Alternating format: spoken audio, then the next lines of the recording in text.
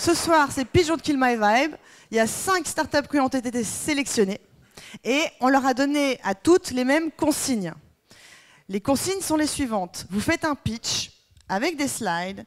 Et il y a 5 choses qu'on veut entendre. 1, votre one sentence. Si vous deviez résumer en 140 caractères ce que vous faites, très clairement, c'est quoi? Le problème, ce gros problème auquel vous attaquez, on ne commence jamais un pitch par « j'ai une idée géniale », mais il y a un problème qui fait mal. Donc c'est ce problème. On aimerait voir une démo, même si c'est du screenshot, même si c'est du ficelé, même si c'est du carton, et même si c'est du dessin, on veut voir une démo, on veut pouvoir se projeter dans votre produit. C'est très important, on est dans le concret. La team.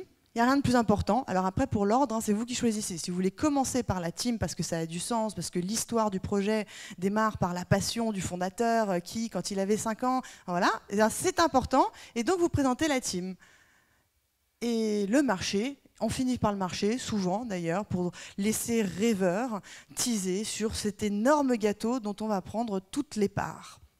Alors attention, évidemment, il ne faut pas raconter des salades parce qu'on vous réunit un jury exceptionnel qui va se présenter, fait de Jean et de Hugo et de Martin. Martin, comme tu es l'invité, c'est toi qui te présentes en premier.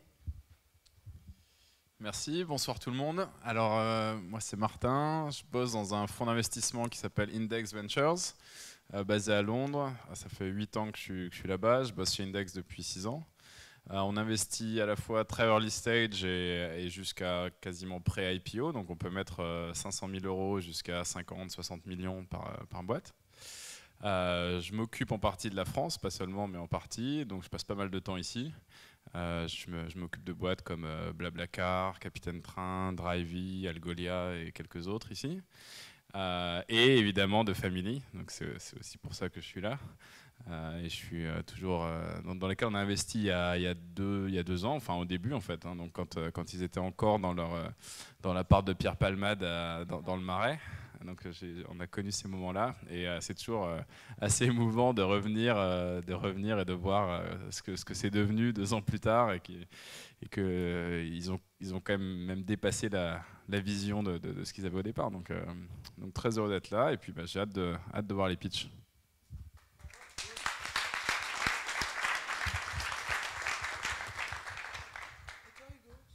Ah oui, d'accord. Ben, moi, je m'appelle Hugo, je m'occupe des communautés ici. Pourquoi j'adore cet événement? Parce que je suis un fan de musique et que j'ai monté des boîtes dans la ZIC et que pour moi, c'est exactement ce qu'elle vient de dire. C'est une MJC où les gens viennent essayer de ne pas se prendre des pêches dans la tête. Et puis, j'ai raté des boîtes, donc beaucoup d'empathie pour ceux qui ont commencé et qui potentiellement vont rater, parce que ça va être le cas la plupart du temps. Et j'ai hâte d'entendre plein de trucs drôles et de pouvoir en répondre aussi quelques-uns. Voilà. Salut à tous, je m'appelle Jean. Moi, mon métier ici, c'est de lever de l'argent, c'est d'appeler Martin pour lui vendre des dossiers et qu'il me mette de l'argent dedans. Voilà. Ça marche pas à tous les coups, mais j'essaye. Sur Capitaine Train, il s'est fait avoir, mais finalement, pas trop.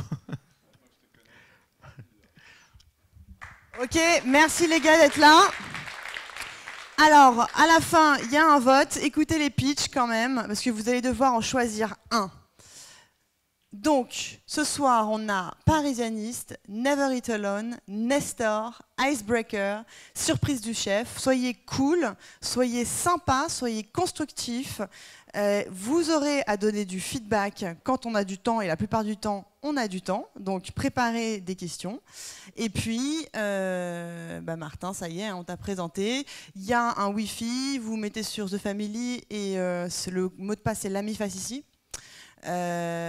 Sans majuscule. Et puis, si vous voulez tweeter, faire du bruit, raconter ce qui se passe, il y a un hashtag, c'est PitchVibe. Voilà, on est bon, c'est parti. On commence donc avec Parisianiste, qu'on encourage et qu'on applaudit bien fort.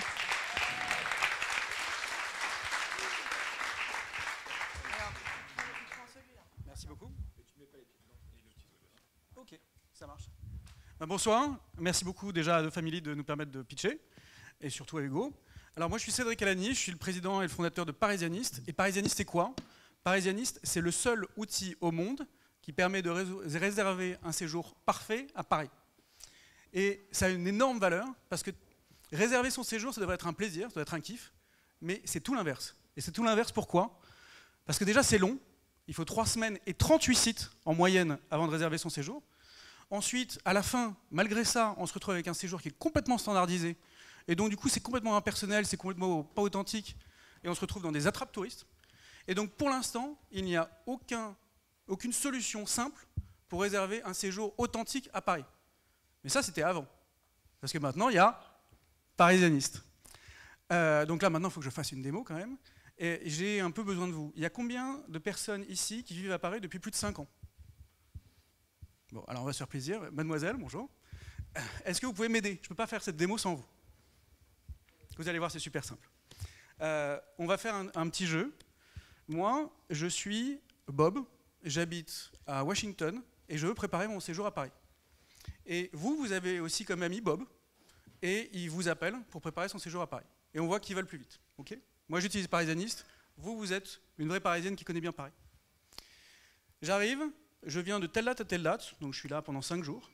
J'ai 2 enfants, j'ai un budget moyen et c'est la première fois que je viens à Paris. Et je veux mon agenda complet. Le matin du premier jour, je fais ça, à midi, je fais ça, etc.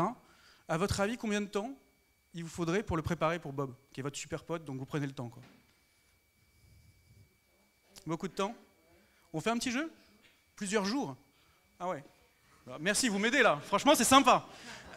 Bon, alors on fait un petit jeu. À 3, vous commencez. Et puis, moi, je vais sur Parisianiste. Ça va? Ah, ok.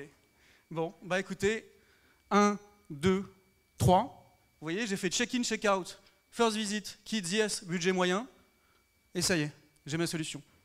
Et la solution, elle est vraiment avec le matin du premier jour, je vais au Louvre. Après, je vais dans un resto qui est juste à côté du Louvre, à moins de 3 minutes à pied, etc., etc., etc.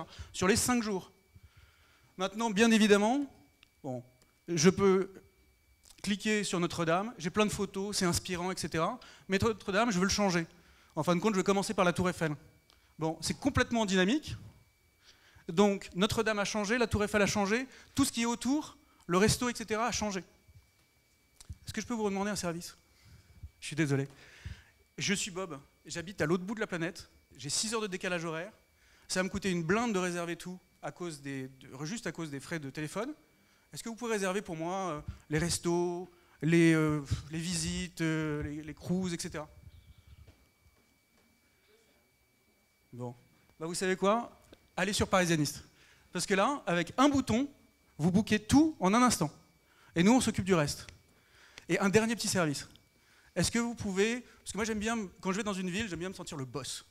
Donc, est-ce que vous pouvez négocier pour moi 15% dans tel magasin, 2 coupes de champagne offertes, un verre offert, un verre acheté, sur tous les trucs où je vais là? Vous pouvez faire ça pour moi? Bon, alors utilisez Parisianiste. Parce que là, en l'occurrence, avec tous nos partenaires, on a tout négocié. Et donc, non seulement on est l'outil le plus personnalisé pour vous, mais en plus, on est le plus simple, c'est en quelques clics, et enfin, on est le moins cher. Et ça a une vraie valeur. Bien sûr, un plan, une carte, une UX super simple. Je partage sur les réseaux sociaux pour avoir la vie de ma communauté, et en plus, cerise sur le gâteau, je synchronise avec une app, je suis offline, donc en permanence. Une fois que j'ai mon séjour ici, je peux me balader et me dire « Ah, bah tiens, Parisianiste me recommande d'aller là parce que c'est dans mon séjour. » Là, je vous ai parlé de Notre-Dame et de la Tour Eiffel, mais en fait, ce gars-là avec les lunettes, qui est notre directeur de la rédaction, il a passé 1 an à sourcer toutes les petites pépites de Paris, et il y en a plein, et on est les seuls à en parler. L'équipe, donc il y a Florian, bien sûr, qui a fait le meilleur guide sur Paris. Si vous allez sur parisianiste.com, là, vous avez déjà le meilleur guide sur Paris qui existe. Michel, qui a fait déjà qu'on ait des centaines de milliers d'utilisateurs avec un budget marketing de 0. Et là, tous les mecs dans la salle se disent « Mince, la prochaine fois, je veux que Michel pitch », je comprends. Mais vous pouvez lui poser des questions après, il n'y a pas de souci. Nicolas, qui est une brute en développement, qui a fait en 2 mois tout le back-end du site. Et puis bon, moi, non seulement je connais ces mecs-là, ce qui est déjà un énorme avantage, mais en plus, je me débrouille un peu en front-end. Et quand je mets une équipe soudée, là, Florian et moi, on était dans le même groupe de zik, de rock, à 15 ans. Et je vais vous dire un truc, c'est shocking, on n'a plus 15 ans. Donc ça fait un petit bout de temps. Bon. Le marché, on sait qu'il est énorme. 1,9 milliard de voyages en expansion. Merci beaucoup.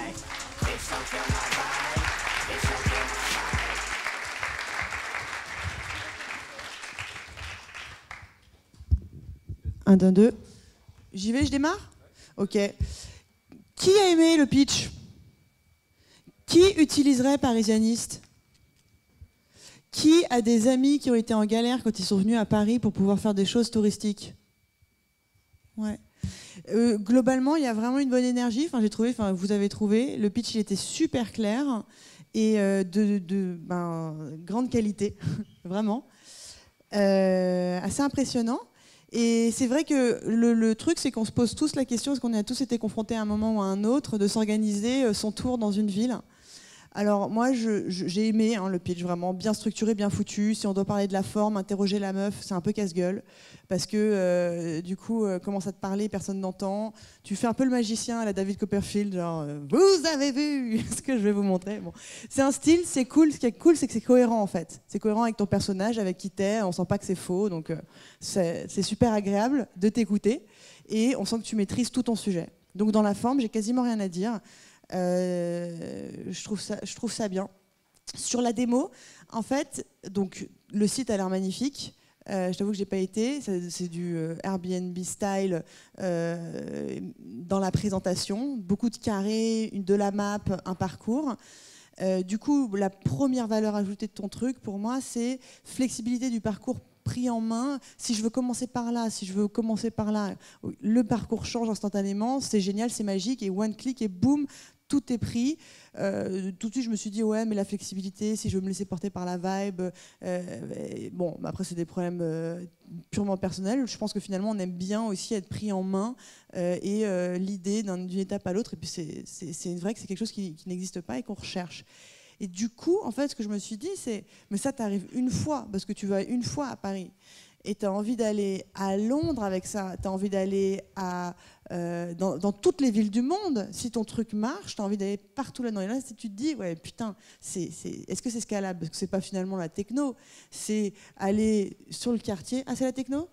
Alors justement, c'est la question, j'arrête, je me tais. Est-ce que c'est la techno ou je me demande s'il n'y a pas un énorme effort physique pour aller faire du à la mano avec les bateaux-mouches, avec le petit... Si tu veux un peu du Cali et pas du Groupon, si tu veux, tu vois, est-ce que c'est pas justement aller chez le caviste un peu inconnu et pour ça, est-ce que c'est scalable ça ? J'en sais rien, voilà, c'est ma question.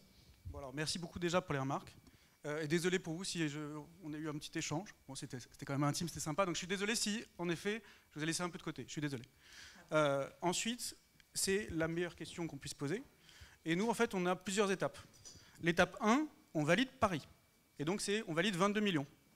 Il y a 33 millions, mais il y en a 22 online. Exactement. Donc, on valide notre modèle à Paris. Après, on sait très bien que là, on valide sur les activités. Étape 2, on valide, on rajoute les hôtels. Parce que c'est là qu'il y a de la marge à se faire. Étape 3, on rajoute le transport. Okay, on a vraiment bien structuré Paris et on a un truc sérieux. Après, le scalable dans les autres villes, on sait très bien qu'on doit y aller. Parce qu'en plus, notre lifetime customer value, sinon, elle n'est pas bonne. Et c'est là qu'entre en jeu le monsieur avec les lunettes. En fait, on a déjà fait des tests dans d'autres villes. Et on s'est dit combien de temps ça nous prendrait. Et en fait, ils sont bons. Et nous, on pense vraiment... Là, on a testé Dublin, parce qu'en fait, on a été invité au Web Summit pour pitcher, et on s'est dit, il va y avoir quand même 50 000 personnes qui vont aller là-bas, ce serait sympa de leur faire un guide. Alors, en l'occurrence, on l'a fait en très peu de jours, et le guide a cartonné. Bon, donc ça, on l'a validé. Et nous, on pense en effet que l'humain, c'est important. Le hand-picked, le sélectionné mano à mano, ça prend pas énormément de temps, ça coûte pas énormément d'argent, si on le fait bien, parce que nous, ça fait 1 an qu'on travaille dessus, ça fait plus d'1 an qu'on bosse dessus, donc maintenant, le modèle de comment on fait pour sourcer les bons trucs, on l'a. Le modèle de comment on fait pour aller te voir, tu as un super bar, etc., tu nous fais 15%. Ça, on sait comment le faire maintenant. Et donc, c'est la meilleure question, c'est pas simple à scaler, mais on a trouvé le crack pour la scaler. L'autre question autour de scaler, c'est l'inventaire des gens avec qui tu travailles. Donc, tu as un problème qui va être soit tu bosses avec des trucs très mainstream qui ont beaucoup d'inventaire, mais là, du coup, c'est pas très cool. Et si tu bosses avec le petit caviste du coin, il ne va pas pouvoir récupérer les 500 Chinois qui vont arriver sur ton site. Donc comment tu arrives à arbitrer entre les deux ? Surtout que comme tu sélectionnes les trucs un par un, tu ne peux pas non plus avoir un inventaire immense. D'autant que ta qualité, c'est de la curation. Donc comment tu arrives à jouer autour de ça ? À vos souhaits. Super bonne remarque aussi. La question, en fait, c'est que en première visite, les gens vont quand même faire les trucs mainstream. Et les trucs mainstream, ils peuvent vraiment encaisser le flux. Donc ça, de ce côté-là, il n'y a pas de problème, mais ce n'est pas notre valeur. Ouais. C'est pas, nous, on va sur vraiment la partie authentique. La partie authentique, pour l'instant, à chaque fois qu'on envoie du monde, on aimerait qu'il y ait 15 000 personnes qui arrivent d'un coup chez les gens. Mais ce n'est pas le cas. Et c'est bien en amont. Les gens préparent de plus en plus en amont leur visite. Et donc, du coup, nous, on a le temps de dire « Ah bah désolé les gars, il n'y a plus de place. Ah bah désolé, mais vous pouvez aller par là. » Ça aussi, c'est vachement bien. Parce que pour chaque profilage de personnes, on n'a pas une recommandation. Donc si à un moment tout est blindé, bon, il y a ça, ça et ça qui est génial. Et donc, comment tu génères du trafic? Parce que sur toutes ces activités-là, tu es en compétition avec Booking.com, avec Get Your Guide, avec des mecs qui ont des budgets colossaux, qui bident sur exactement les mêmes mots-clés que toi et qui font aussi du SEO probablement mieux que toi. Donc comment tu arrives à les battre? Ok. Alors il y a deux choses. La première chose, c'est qu'on a une Michel. Donc Michel, elle a ramené des centaines de milliers d'utilisateurs avec 0. Donc ça, c'est le premier point, c'est comme dans Avenger, on a un Hulk. Et comment elle a... Je suis sûr, Martin, que ça ne te dérangera pas trop d'aller lui poser la question après. Parce que je te laisse si tu veux. Je te laisse ce plaisir, quoi, Martin. On va pas se mentir. Bon, mais sinon, il y a des techniques. Parce que nous, à l'origine, on est un guide sur Paris. Nous, on s'est dit, on veut créer le meilleur guide sur Paris. Et donc, du coup, à l'origine, nous, on vient de faire un pivot avec ça. Mais à l'origine, nous, c'était de créer du trafic. Trafic. Et c'est comme ça, en fait, qu'on est parti. On s'est dit, Lonely Planet, le guide du routard, ils veulent vendre du papier. Et donc sur Internet, ils sont pourris. De l'autre côté, il y a Merci Alfred, My Little Paris qui font un super boulot, mais pour les Parisiens, il y a quoi pour les touristes? Il n'y a rien. Et donc on a créé Parisianiste. Et sauf qu'on s'est dit, attendez, on vous emmène jusqu'au Faust, pour parler clairement, et après, on ne peut pas vous emmener à l'intérieur, on ne peut pas réserver, etc. On vous emmène devant le musée de Cluny, dont vous n'avez jamais entendu parler ailleurs que sur Parisianiste, et on vous fait acheter le ticket sur le site du musée de Cluny, qui est tout pourri. Excusez-moi pour le musée de Cluny, mais je ne sais pas si quelqu'un travaille. Il n'est même pas en anglais. Donc, bon. Et nous, on est en anglais, français, chinois. On est le seul site fait par des Parisiens en chinois. Moi je kiffe aussi, ouais, comme Alice, je vais reprendre tes feedbacks et je vais dire qu'il y a une grosse authenticité, parce qu'en gros là j'ai l'impression d'entendre le satorréaliste plus Paris, ça fait parisianiste, et c'est exactement toi. T'es un costard, t'es parisien, t'as la tchatch, même si je sais pas si les Parisiens sont réputés pour leur tchatch, mais en tout cas toi tu l'as, et du coup on se sent bien dans le pitch. Enfin, je sais pas comment tu t'es senti, toi qui t'es fait prendre un parti, peut-être un peu moins bien, mais c'était bien fait. Alors à un moment c'était un petit peu parti en démonstration de vente, on a l'impression que c'était un pitch de vente, c'était un peu pushy, on a l'impression que tu voulais vendre la voiture et que tu disais touche le cuir, il est vraiment bien le siège en cuir. Mais c'est pas grave, on te pardonne parce que franchement on a passé un bon moment. En fait on voit que t'es sympa, que t'es bienveillant, mais on voit que t'es violent aussi, on voit que t'as envie de faire quelque chose de grand et que t'as pas juste envie de faire un blog sur Paris. Et même si ça a commencé comme ça et que t'as commencé par une stratégie de contenu pour aller vers un produit, alors beaucoup commencent par un produit pour aller une stratégie de contenu, ni l'un ni l'autre n'est le mieux, mais c'est juste que ça c'est ton chemin. On sent quand tu parles de ces centaines de milliers de personnes que t'as un unfair advantage pour une fois craquer la solution de ce mouvement-là, du contenu vers le produit, du contenu vers l'expérience finale, tout bundlé. Et du coup, on a l'impression qu'on peut miser sur toi. Et si on est des utilisateurs, on sent qu'on peut miser sur ton produit. Et si on est des investisseurs, on sent qu'on peut miser sur toi en tant qu'entrepreneur. Et donc, tu as compris ce point-là. Et que pour une fois, on sent aussi que même si c'est un kiff de venir sur Parisianiste et de lire un article, que ça va être 10 fois plus rapide que les autres services. Et ce fait-là, de pas juste avoir mis « c'est bien, c'est joli, on est en costard », mais d'avoir dit aussi « les gars, j'ai eu un truc sur le costard hein, », d'avoir dit aussi « les gars, c'est 10 fois plus rapide », moi c'est un truc que je vois pas assez souvent et que du coup je suis content de retrouver ici de façon très équilibrée. Donc voilà, moi mes feedbacks ils sont pas du tout négatifs pour une fois. Du coup je vais m'arrêter là et je vais passer la parole à celui qui peut lui par contre te défoncer la tête. Merci beaucoup. T'as de la chance, quand je passe en dernier je vais être court. Non, globalement, le marché du travel, c'est un marché à la con où il y a 1 milliard d'initiatives et il n'y a personne qui a encore craqué le marché. Donc moi, j'ai du mal à comprendre comment est-ce qu'on craque le marché. Et je n'ai pas encore été convaincu. Le coup du couteau suisse où j'arrive du lundi au samedi, j'ai 3 gosses, je débarque avec ma femme, tu me fais tout de A à Z, à la seconde, bien booké et tout. Ça marche quand je suis dans un quart de touriste et qu'on est minuté, quoi. Mais en perso, je ne sais pas si ça fonctionne. Donc à mon avis, tu peux supprimer des programmes, etc., t'apporter un peu de liberté. Mais... Donc c'est tricky, le coup du couteau suisse qui fait tout pas cher, optimisé, bien organisé, avec des bons plans. Après, quand on dit ça, forcément, on tombe dans le piège de la reco. Et la reco, c'est la plus grande fausse bonne idée du monde. Foursquare en est la preuve flagrante. Et les tours opérateurs, ça a toujours existé, ça a toujours fonctionné jusqu'à ce qu'Internet arrive. Et personne encore a réussi à craquer le modèle du tour opérateur de manière automatisée. Et donc moi, ce que je m'attendais à voir, et peut-être que tu vois dans l'usage et ce qu'il faut démontrer, c'est pourquoi ce marché-là n'a pas été craqué encore, alors que ça fait 15 ans que le voyage sur Internet, ça marche en long, en large, en travers. Et c'est quoi la secret sauce pour craquer ce putain de marché de la recommandation sur le tourisme bien gaulé, quoi. Et là, aujourd'hui, je sais pas. Voilà. C'est quoi? Merci. C'est Michel.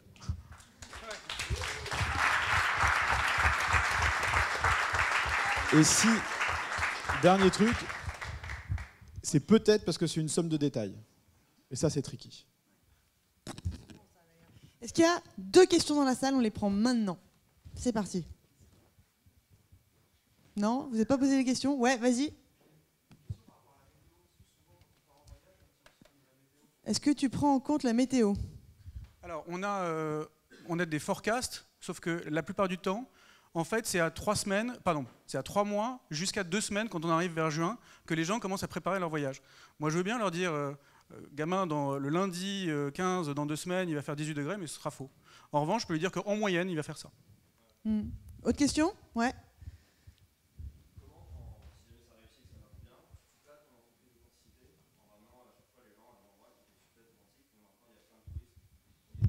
La question par rapport à l'authenticité et la scalabilité. Ouais, c'est une très bonne remarque. C'est le concept de My Little Paris. My Little Paris, il parle d'un truc, il y a 400 personnes le lendemain et on est tous comme ça.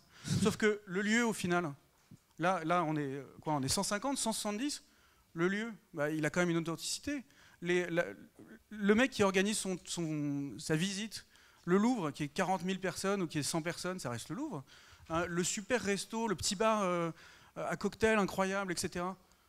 Le mec, il fait le même boulot. Donc c'est sûr, il y a 400 personnes, t'es comme ça. Mais à un moment, peut-être qu'il ne laissera pas rentrer du monde. Mais je suis d'accord. Hein. Moi, c'est le problème que je me souhaite. Hein. Bravo, problème de riche. Merci, on enchaîne, c'est parti. Deuxième start-up, Never Eat Alone.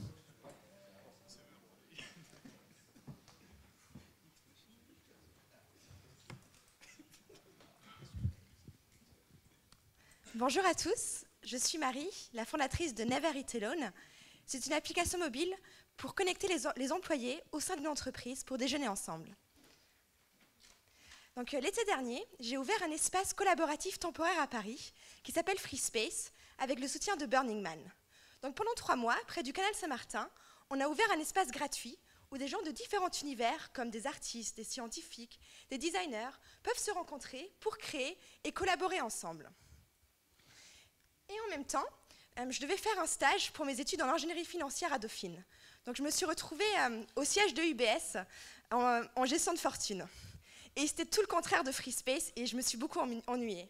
Et à midi, je déjeunais toujours avec les mêmes personnes de mon département ou toute seule devant l'ordinateur. Donc j'ai commencé à envoyer des mails à d'autres départements en leur disant « Bonjour, je suis la nouvelle, est-ce que vous voulez déjeuner avec moi ?» Et ça a très bien marché et j'ai même déjeuné avec le CEO. Et donc d'autres collègues commençaient à me dire « Mais Marie, comment tu fais? Est-ce que je peux venir me joindre à toi ?» Et c'est comme ça que j'ai eu l'idée de Never Eat Alone. Donc on match des employés au sein d'une entreprise pour déjeuner ensemble. Donc l'employé, il se connecte avec LinkedIn ou son adresse email professionnelle. Et donc on lui propose d'autres employés pour déjeuner, donc soit random, donc par chance, ou par département. Et aussi, il peut déjeuner avec un employé d'une autre ville s'il a un rendez-vous professionnel à New York, par exemple. Et on a fait un test dans une boîte et quelquefois, l'employé ne voulait pas être tout seul avec face-to-face. Donc on a rajouté I will bring +1 pour être à 4, par exemple.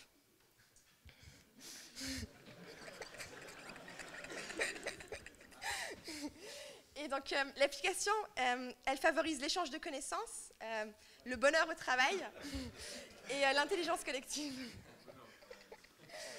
Et donc l'aventure, elle a commencé dans un bus. Donc pendant 3 jours, on est passé, de Berlin à Vienne au Pioneers Festival. On a été en finale. Et donc la prochaine étape, c'est d'être incubé à San Francisco. Et donc on va faire la bêta en juin. On va continuer à tester l'application.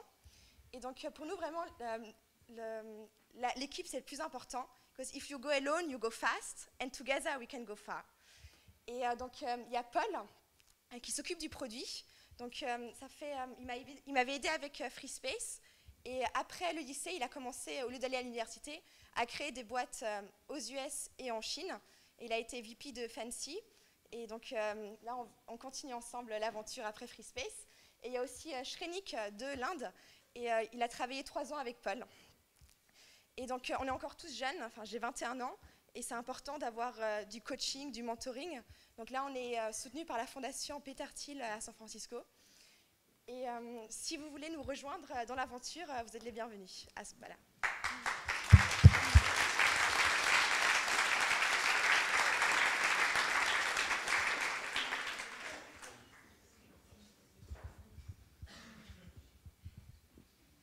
Un, deux. Qui travaille dans une grande boîte? Ok. Putain, il y en a peu. Hein. Non. Qui, parmi vous, aurait voulu manger avec leurs collègues, en découvrir? Ouais. Ok. Qui veut un Tinder interne à sa boîte? Alors, déjà, sur la forme du pitch, c'était frais. Je pense que c'est vraiment le mot, c'était rafraîchissant. D'ailleurs, 21 ans, c'est impressionnant. On s'en rend compte à la fin, on se dit waouh, c'est vraiment beaucoup de maturité du coup. Et ce que j'aurais pris au départ pour une espèce de ton un peu naïf de prime abord, en fait, est dû à cet âge-là, je pense. Voilà. Donc en fait, j'ai jugé dès le départ. Je me suis dit ouh là là, qu'est-ce que c'est? Il y avait un trop grand brin de naïveté, mais en fait c'est ça. Voilà. Donc ça se justifie largement. Voilà, ce qui m'a plu dans ton pitch, c'est l'histoire que tu as racontée, d'où tu viens, la rencontre entre deux mondes, la dichotomie de ces deux mondes et le fait que tu apportes d'un monde, la chaleur d'un monde dans la tour de la Défense. Et ça, c'était intéressant. Et je pense qu'il y a plein d'innovations à faire à la Défense. Ça, pour le coup, s'il y a des idées dans la salle, c'est vraiment un microcosme dans lequel on peut super tester plein de trucs. Et pourquoi pas? Et ça, le produit a l'air de fonctionner, il a l'air joli. Donc moi j'ai envie d'y croire comme ça, d'instinct. Ce qui m'a gêné, c'est tout au long de ton pitch, en fait, il y a quelque chose qui me titille en permanence. C'est peut-être très personnel, mais c'est qu'il y a trop de name dropping. Il y a name dropping, c'est quand tu places des mots comme si tu avais besoin de validation. Tu vois, tu places des noms, donc tu as Burning Man, tu as Peter Thiel, tu as San Francisco, tu as Pioneers Festival, c'est too much. Et je me dis, et puis, tu n'as pas besoin de ça, ça va donner une image, je pense, pas sérieuse, ou du moins, ça ne va pas attirer les bonnes personnes. Je pense que ça va attirer les gens qui sont plus qui pensent que le Shining a une valeur en tant que tel. Et surtout, moi, ce que ça me donne comme warning, c'est attention, esbrouf. C'est une meuf de l'écosystème, c'est pas une meuf qui est focus sur son putain de produit. Elle kiffe faire du networking et aller rencontrer Peter Thiel, tu vois. Et donc, ça n'inspire pas. Moi, c'est vraiment, là, pour le coup, ça ne m'inspirerait pas confiance. C'est le seul truc. Sinon, j'ai trouvé ça rafraîchissant et bien. Ouais, je suis assez d'accord avec Alice. En fait, c'est une de ces idées complètement absurdes à premier abord, mais qui peut marcher. Je veux dire, et Airbnb, au départ, les mecs voulaient mettre des matelas gonflables chez les gens. Bon, ça paraissait complètement absurde. Et aujourd'hui, c'est un gros business. Donc ça fait partie de cette catégorie de trucs où tu essayes de créer un nouvel usage chez les gens. Et en fait, c'est assez difficile de savoir si ça va marcher ou pas. Exactement. Donc tu réponds à la question qu'il faut essayer, mais tu n'as pas essayé. J'ai déjà fait plusieurs tests. Pardon. Donc on a fait 3 tests, et donc mais sans application. Donc au lieu de faire avec une application mobile, on a envoyé des Google Forms et on a matché avec des trucs Excel. Ouais, donc on voulait quand même voir si déjà ils avaient envie de se rencontrer. Ouais. Et là en juin, justement, dès que l'application est prête en bêta. Mais ton pitch, parce que c'est la seule vraie question là-dessus, parce qu'après si ça marche, après ça, tu peux pouvoir nous parler du business model, de l'engagement, etc. Donc là, tu peux nous parler de beaucoup de choses, mais là, nous raconter l'histoire du bus, l'histoire des machins, c'est un peu irrelevant. Alors que manifestement, tu as fait un test et tu as déjà des chiffres, et ça, que ce soit pas dans ton pitch, c'est incompréhensible, parce qu'en fait, c'est le seul truc qui a vraiment un intérêt. C'est est-ce que les gens ont vraiment envie de déjeuner? Personnellement, j'ai un doute. Mais si tu le fais et que tu prouves que les gens ont envie de le faire et que c'est un intérêt, les données, laisse parler les données. Mais dans ce genre d'idées totalement nouvelles, il faut que tu ailles tester. Et comme tu dis, et le fait même que tu n'aies pas l'app, mais que tu aies quand même testé avec d'autres moyens vraiment scrappy qui ne scalent pas, c'est-à-dire envoyer des Google Forms, non seulement c'est intéressant parce que tu peux te prouver que ça marche, et c'est deuxièmement intéressant parce que tu peux prouver que tu as de la ressource, que tu es maligne, qu'avec 3 bouts de ficelle, tu arrives à prouver que ton idée elle marche ou pas, quoi. Donc ça c'est le truc, ça devrait être, ton pitch ça aurait dû être essentiellement sur cette expérience que tu as menée, quoi. Je reviens sur ce qu'Alice a dit. Effectivement, l'intro était très bien. Il est de dire la confusion des deux mondes et comment l'idée était venue. Ça faisait du sens. Mais après, il faut plus de réel. On veut voir des faits, on veut voir des chiffres. Merci beaucoup. Bon, il y a déjà pas mal de choses qui ont été dites, je vais essayer d'être bref. Je suis complètement d'accord avec ce qui a été dit par Alice et Martin, surtout ce que tu disais, Alice, sur le fait de la validation. On s'en fout du name dropping. Et c'est un peu le truc que ça montre, c'est que toi, tu es beaucoup dans les, tu le dis, mais les Burning Out, les Burning Man, mais qui connaît rien, culture zéro. C'est voilà, ces trucs-là, quoi. Jean-Michel Thiel, moi, un ami.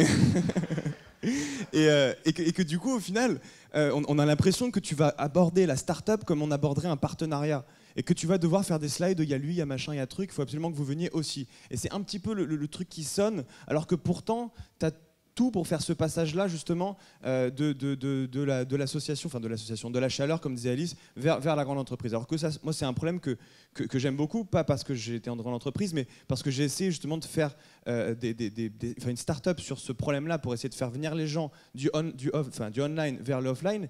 Et qu'on m'avait conseillé justement à San Francisco de faire ça et que j'avais dit non parce que j'avais pas envie de toucher aux grandes entreprises. Donc j'ai beaucoup d'empathie pour ce problème-là et je pense qu'il faut tester des choses absolument.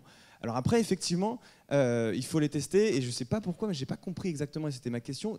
Le mec là et l'autre là, genre non mais ils sont où, ils font quoi du coup? Parce qu'en fait, au début, on était 5 dans l'aventure. Okay, ouais. Et j'ai demandé aux autres personnes de l'aventure de quitter l'équipe. Parce D'accord. que je ne me voyais pas aller loin avec eux. D'accord. Donc, je ne voulais pas continuer avec eux. D'accord. Et donc, il y a qui? Alors là, on est 3. D'accord, mais ils sont où? Ils font quoi? Paul, il est à Paris. Ok. Et Shrenik, il est à Londres. D'accord, et les deux D'accord, ok. On va aller à San Francisco en juin. Et les deux développent? Alors, lui, il est développeur et lui, non. D'accord, ok, très bien. Ok, mais c'est juste pour savoir parce que j'avais un petit problème. Et justement, problème. on cherche d'autres CTO potentiels pour l'équipe. Ok, super. Et donc je pense que le truc qu'on peut te faire déjà, c'est t'offrir Coup d'État pour que tu comprennes la différence entre une start-up et une association, une start-up et une cause, et que tu deviennes ultra focus sur le produit, ultra brut, et qu'on te voit de moins en moins aux events de networking et plus la tête dans le produit. Parce que c'est le meilleur truc qui peut t'arriver. Merci. Et dernier truc, je crois que Steve Jobs avait justement, pour essayer d'augmenter la mobilité de l'entreprise, il avait créé, lui il avait fait autrement, il avait créé des chiottes à tous les étages, entre les services pour que tout le monde se rencontre dans les chiottes. Alors évidemment il n'y a pas d'app à faire pour ça parce que ça sert à rien, mais bon, il y a un mouvement, il y a des trucs à côté pour essayer de taper ce problème qui pour moi existe vraiment. Voilà, donc mais bravo pour la fraîcheur et pour le chapeau. Merci beaucoup.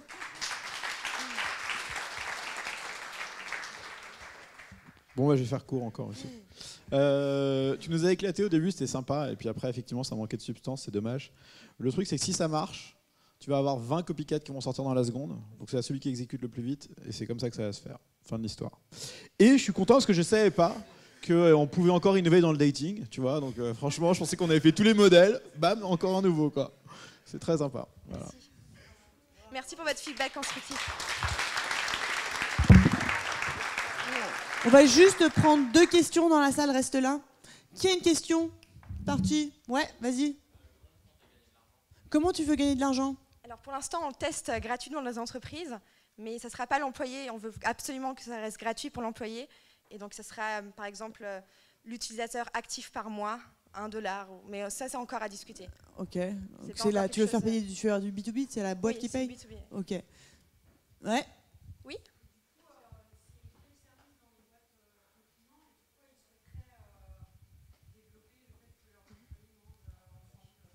Quel service dans les boîtes tu vises? Le service happiness et wellness. Ouais. Non, c'est aux États-unis, il y a énormément de boîtes. Non, on a un Chief Happiness Officer à The Family. Mais on est une petite structure. On déjeune ensemble tous les midis déjà. Et le comité d'entreprises en France, par exemple, ou HR, ressources humaines. Ouais. Mais ça dépend de chaque entreprise. Ou chez UBS, c'était avec le Innovation Department, mais ça dépend de chaque... T'es de quelle origine?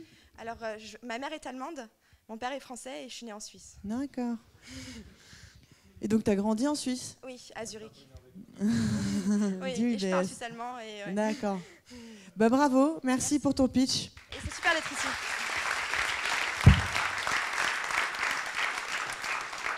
Et maintenant, welcome, un tonnerre d'applaudissements pour Nestor.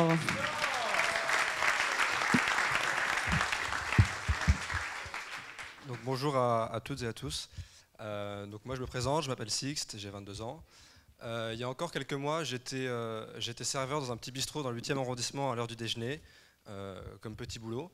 Et la question qui me revenait très souvent de la part de mes clients, c'était « Sixte, est-ce que tu pourrais être plus rapide ?» Et ça, on me l'a posé souvent cette question, du coup je me suis demandé pourquoi.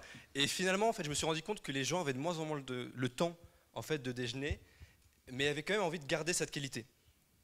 Et c'est une question qui est dure pour un serveur, parce qu'on a beau être le plus rapide du monde, le plus consciencieux du monde, on a du mal en fait, à répondre à l'exigence du client pour en fait, une raison qui est assez simple, c'est que... Ah mais attendez, c'est moi qui m'occupe des slides. Pour une raison qui est assez simple... Pour une raison qui est assez simple, c'est que l'architecture même du bistrot ou du restaurant n'est plus adaptée aujourd'hui aux exigences actuelles du client. Et d'ailleurs, c'est assez marrant de voir un peu le marché actuel, parce qu'il n'y a personne qui a vraiment réussi à répondre à cette triple exigence qui est de la rapidité, qualité et prix. Donc c'est un marché qui est complètement atomisé, il y a beaucoup de choses, autant d'offres que de demandes. Donc il y a un peu de tout, il y a des traiteurs avec des plateaux repas, il y a le resto, il y a le pizzaiolo, il y a le kebab du coin, le food truck, le bistrot, et j'en passe. Et en fait, si on veut vraiment catégoriser les trucs, il y aurait ceux qui seraient un peu focalisés sur le prix, avoir des prix très compétitifs, ceux qui seraient focalisés sur la rapidité du service, et enfin ceux qui seraient focalisés sur l'esthétisme. Donc je pense notamment aux traiteurs avec leur plateau repas, avec l'esthétisme du packaging, etc. Mais aucun aujourd'hui n'a réussi à servir des plats chauds dignes d'un grand restaurant. Donc this is the point. Et voilà, et c'est pour ça que je me posais la question avec mes clients, je me disais, est-ce qu'ils sont voués finalement à laisser la qualité de côté au profit de la rapidité ou au profit du prix? Et c'est pour ça que j'ai créé Nestor. Nestor, c'est un service de livraison à domicile de plats préparés par des chefs professionnels. Et pour ça, on a vraiment décidé de se focaliser sur la qualité en essayant de répondre à cette triple demande, rapidité, qualité et prix. Et pour tout ça, le processus est vraiment draconien pour essayer de répondre à toutes les exigences par rapport à ces 3 points-là. Donc tout d'abord, les produits sont frais. Donc chaque matin, nos chefs professionnels vont chercher les produits chez les fournisseurs, produits frais, produits de saison. En plus, on va trier nos chefs. Donc ça va être des chefs professionnels qui sont sortis des grandes écoles de gastronomie, qui sont passés par les grands restaurants, donc le Doyen, le Bristol, le Meurice, même l'Élysée, même si ce n'est pas un restaurant. Et enfin, des serveurs. Donc c'est-à-dire que les livreurs ne seront pas des simples livreurs, ils livreront comme je le suis vêtu aujourd'hui devant vous, pour vraiment donner cette expérience restaurant au client du début de la commande jusqu'à la fin, jusqu'à la dégustation. Donc nous, notre promesse, c'est vraiment pour moins de 30 minutes, moins de 15 €, vous vous fassiez livrer chez vous, à domicile, dans votre bureau, un plat qui soit chaud, dressé et préparé par des chefs professionnels. Donc ça, c'est notre promesse aujourd'hui. Ça marche plus. Voilà.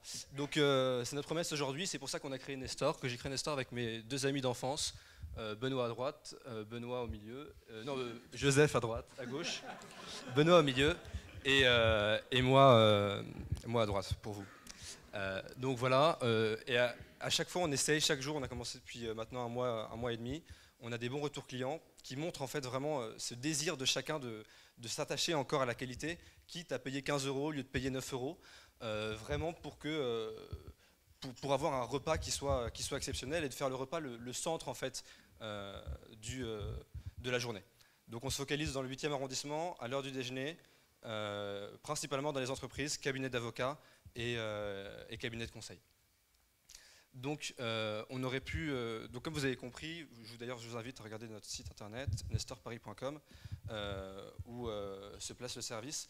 On utilise un site, on espère utiliser une application, mais le produit en lui-même, c'est pas vraiment le site internet. Le site internet, c'est un outil. Le produit, c'est le plat. C'est le plat qu'on va vous servir tous les jours à l'heure du déjeuner, chez vous, qui sera dressé, préparé par un chef, et que vous pourrez goûter au lieu de prendre un sandwich, un food truck ou ce que vous cherchiez avant. Donc c'est pour ça que pour la démo, j'aurais pu vous mettre en fait le site, mais ce qui me semblait vraiment le plus important pour vous, c'était de goûter nos produits. Donc notre chef qui est en bas vous a préparé des produits que vous pourrez goûter maintenant, à la fin ou tout de suite. J'ai préparé un sans lactose pour Alice. Voilà, donc c'est pas de l'achat de jury, hein, absolument pas. Merci beaucoup.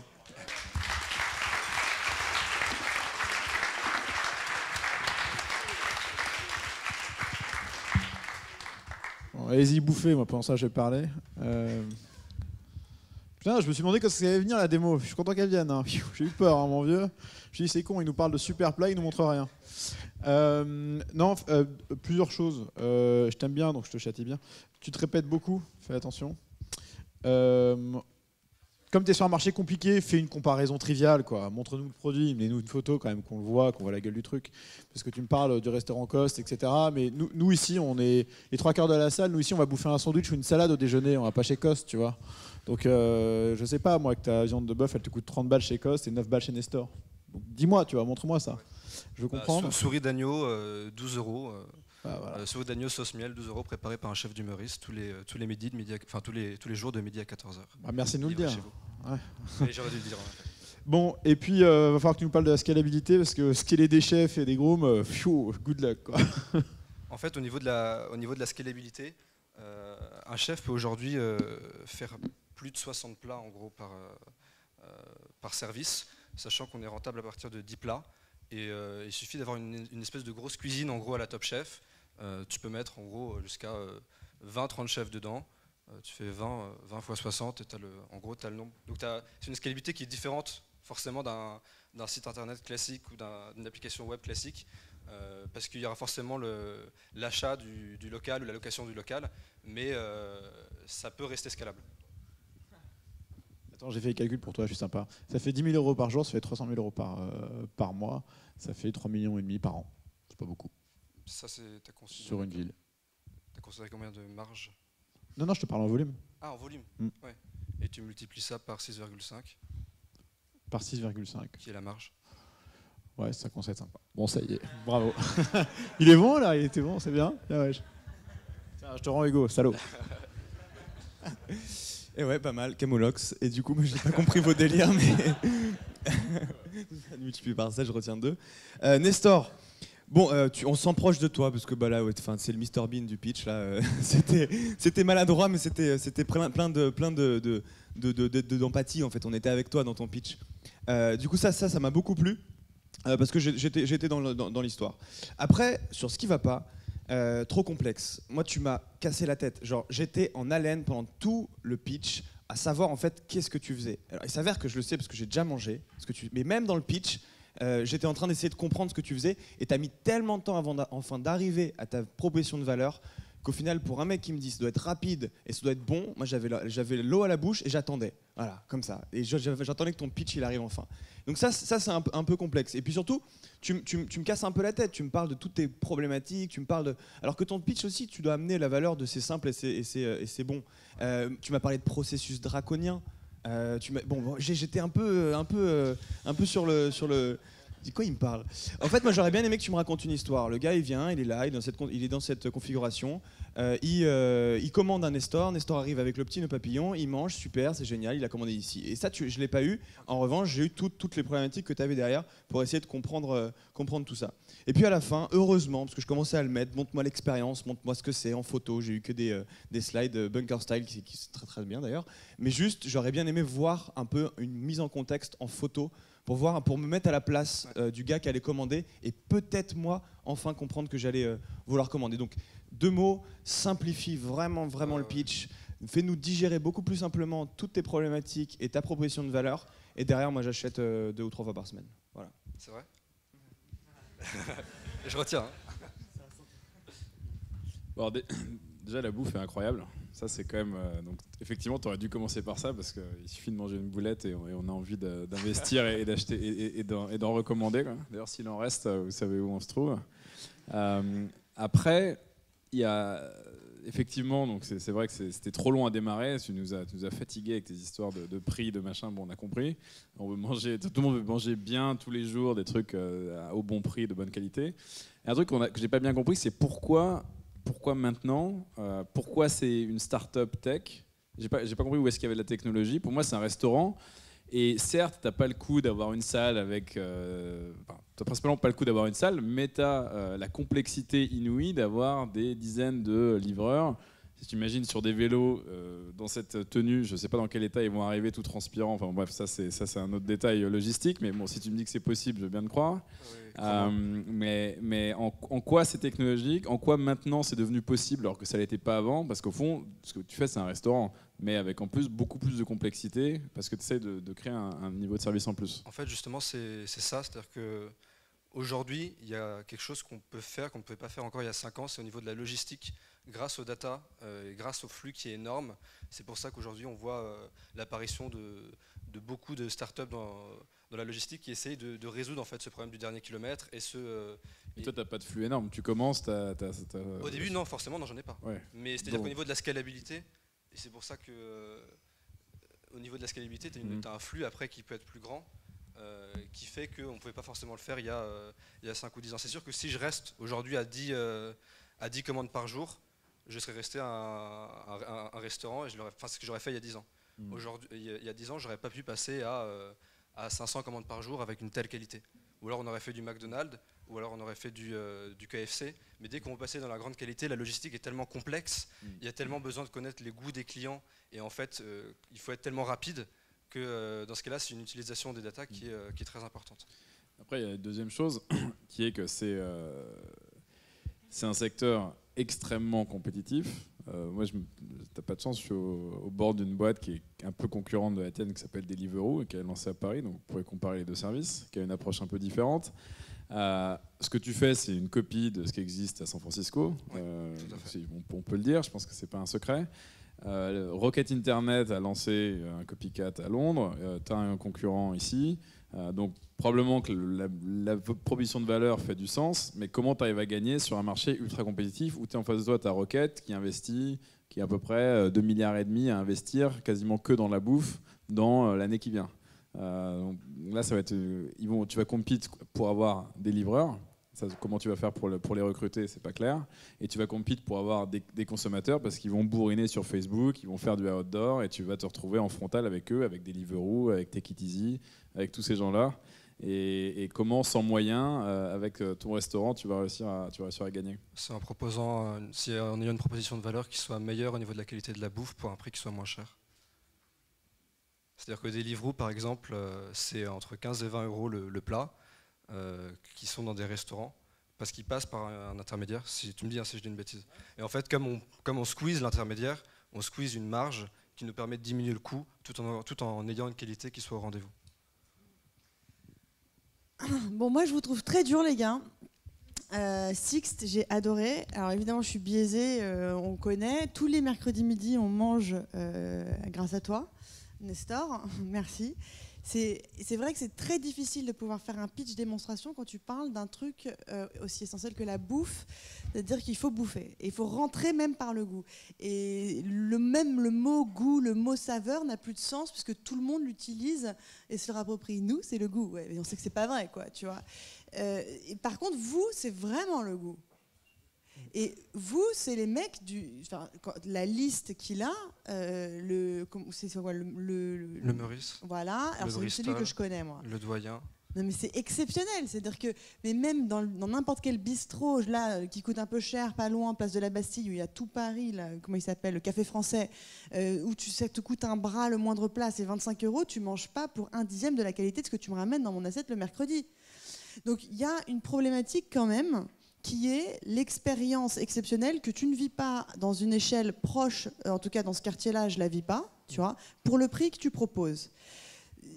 Il est en train d'essayer de craquer le truc et de trouver le business model pour ça. effectivement, pour l'instant, la technologie, c'est pas ce dont tu as besoin, mais il essaie de comprendre ce marché pour pouvoir répondre.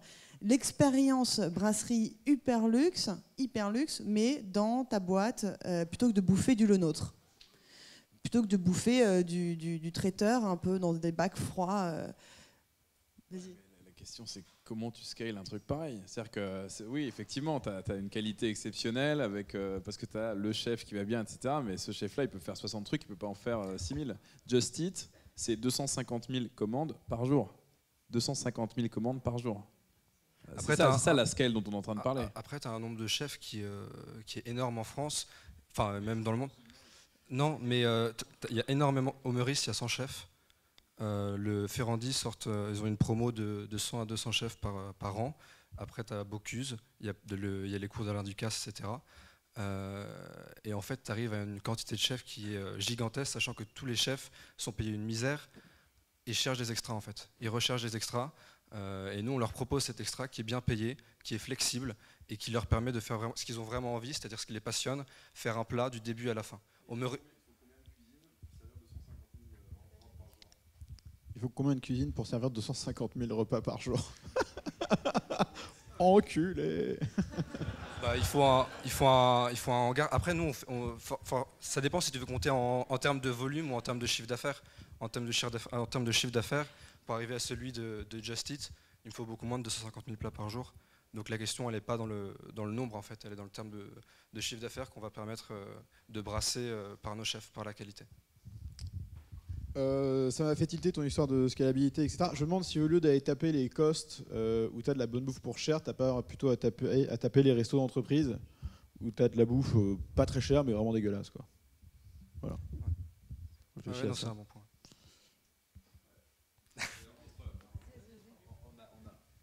En aparté, j'ai vu les deux concurrents, enfin, un qui fait pour les entreprises, un qui fait pour les particuliers. La boîte qui fait pour les entreprises a des bien meilleures unités économiques que la boîte qui fait pour les particuliers sur la côte ouest. Donc Jean, tu avais la bonne intuition.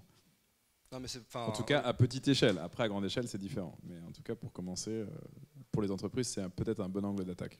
C'est pour ça qu'on avait choisi le 8e arrondissement et qu'on aimerait rapidement aller à la Défense, qui nous permettrait d'avoir un flux très grand. Et bon, do things that don't scale, c'est ce qu'on dit au départ. Donc pour l'instant, keep it like that. Ouais. Le pitch, ils l'ont dit, comment l'améliorer, tu rentres direct dans la proposition de valeur. Avant que moi je connais, mais c'est vrai que la livraison, tu l'as ramené beaucoup trop tard. Ouais, l'idée de la livraison, de déplacer l'expérience bistrot haut de gamme chez les gens, tu l'as. En fait, je peux supprimer limite toutes les 3 premières minutes, quoi. Mais oui, elles servent à rien. Mais par contre, je ne sais pas si ça vous a fait cette impression-là aussi, mais moi, je t'ai trouvé parfait dans ton rôle. C'est-à-dire extrêmement juste. Je sais pas, tu arrives avec une forme d'humilité qui n'est pas l'arrogance du serveur parisien pour le coup, tu vois. Et un peu de maladresse, c'est vrai, c'est ça. Mais une vraie intelligence et une vraie clarté. Enfin, je sais pas, j'étais impressionnée, moi, personnellement. Qui a aimé le pitch ? Bravo. Qui a faim? Ok. Bon. Et Hugo veut savoir s'il reste des boulettes. Non. C'est fini. Ok. Bon, bravo, Nestor. Alors, attends. Il doit y avoir quand même 2 questions dans la salle. Hein? Alors, vas-y. Attends. Vas-y. Alors, il y a un coût de structure, il faut avoir un établissement, il faut trouver des chefs. Aujourd'hui, ils se démerdent dans la cuisine de The Family. Ouais, voilà, exactement. Notre joke. Est-ce que tu peux répéter la question ou pas? Oui. C'est comment est-ce que tu fais l'infrastructure? En gros, les chefs aujourd'hui, par exemple, ils travaillent le soir dans un restaurant, mais ils cherchent des extras, par exemple, pour le déjeuner, ou alors c'est l'inverse, ça dépend, parce qu'ils ont besoin de cet extra-là.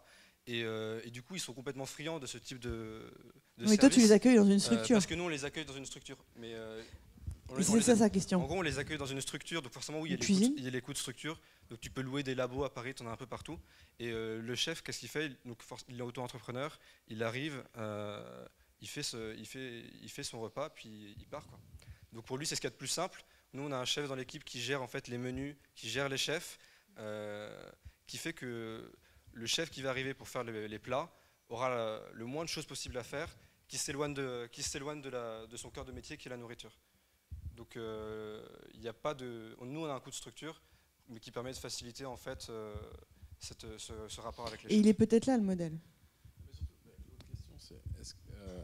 Donc, en fait, c'est comme une boîte c'est un restaurant et de livraison. Effectivement, tu as très peu parlé de la livraison. Comment tu fais pour livrer en moins d'une demi-heure si tu n'as qu'une cuisine centrale? Si j'habite à... Là, par exemple, si j'habite dans le 16e, comment je fais pour... Là, on est à Bastille et on arrive à livrer dans le 16e en 20 minutes. Et comment tu fais? En scooter.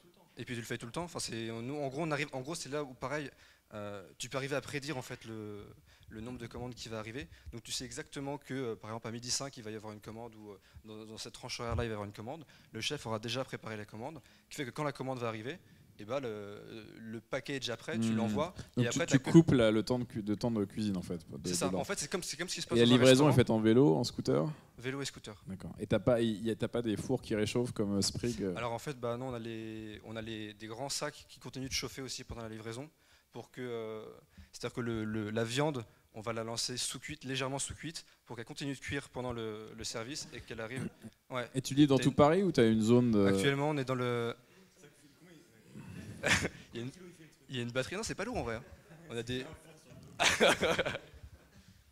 Et non, actuellement, on fait que le 8e arrondissement. Donc on essaie de se focaliser sur un endroit qui soit très précis géographiquement et avec un groupe de clients qui soit très homogène. Donc les avocats et ceux qui travaillent dans le cabinet de conseil.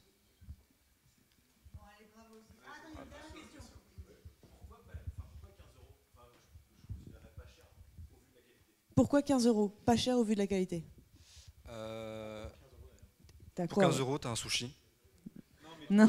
Ah, mais non, mais toi, avec Nestor. Pour 15 €, tu as entrée plat ou plat dessert. Donc c'est-à-dire que en plat, comme j'avais dit, tu as du... en plat, t'as du...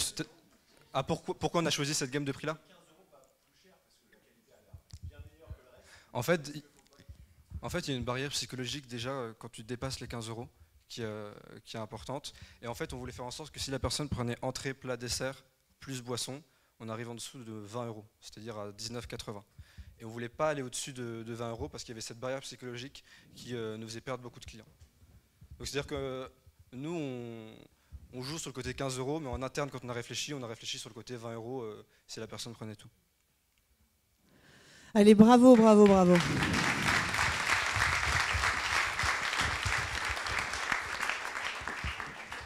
Bonsoir. Bonsoir.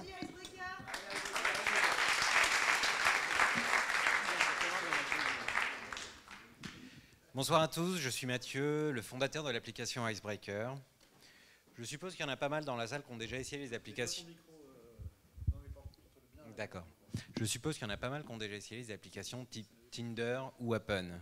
Si c'est le cas, vous avez obligatoirement rencontré ce qu'on appelle le « Salut, ça va ». On peut le traduire par... Ah, visiblement, il y a du monde. On peut le traduire par « Désolé, je ne sais pas quoi te dire ». Aujourd'hui, je dois vous annoncer la disparition du « Salut, ça va ». Avant de vous expliquer comment on s'est attaqué à ce problème, regardons les causes. Il y en a deux principalement. La première, c'est que quand ça matche avec une personne sur ces applications, ça matche sur le physique essentiellement. On ne connaît rien de l'autre. Le deuxième problème, c'est qu'il n'y a plus la pertinence affinitaire qui pourtant a fait ses preuves sur les sites de rencontres. C'est-à-dire que quand ça match, je ne sais pas si on est, elle et moi, sur cette application pour la même chose, une histoire d'un soir, ou pour quelque chose de plus durable. Je ne sais pas non plus en termes de personnalité, si ça fit avec ce que j'attends de ma princesse. Aujourd'hui, avec Icebreaker, notre mission a été de remettre au centre de l'expérience la personnalité et les attentes de chacun. Comment on fait ça? On fait ça avec une expérience ludique qui, avant le match, avant que le chat soit ouvert, à travers des quiz, va permettre non seulement de filtrer, mais également de savoir si les personnalités sont en phase. Grâce à ça, on va pouvoir engager la conversation de manière beaucoup plus naturelle et beaucoup plus... Enfin, ça deviendra un jeu d'enfant, quoi.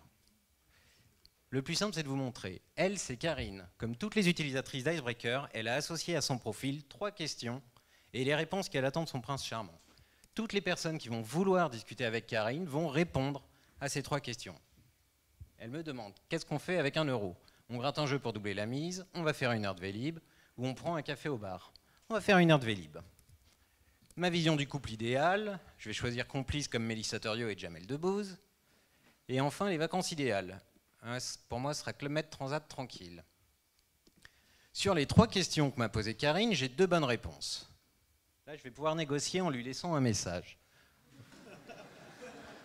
Au même moment, Karine reçoit une notification, elle arrive dans l'application dans l'espace dédié au chat, et elle va pouvoir voir ma demande d'ouverture de chat, découvrir mon score, le message que je lui ai laissé, voir les réponses, et elle pourra décider à ce moment-là 2 choses. Soit elle me fait disparaître à jamais, soit elle décide d'ouvrir le chat, et auquel cas elle devra répondre à mes 3 questions.